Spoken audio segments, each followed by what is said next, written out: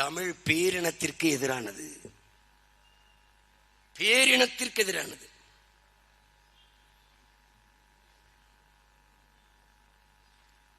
இது எந்த இடத்தில் பொருத்துகிறீர்கள்?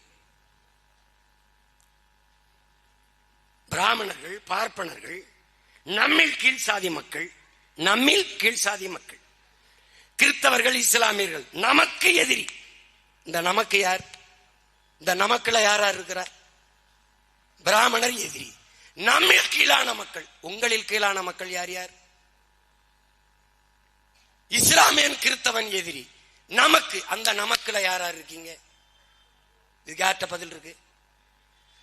நான் யாருக்கும் அடிமை இல்லை, எனக்கும் யாரும் அடிமை இல்லை. ஆனால் அம்பேத்கர் இந்த கோட்பாட்டில் எங்கே பொருந்தது? எங்கே பொருந்தது?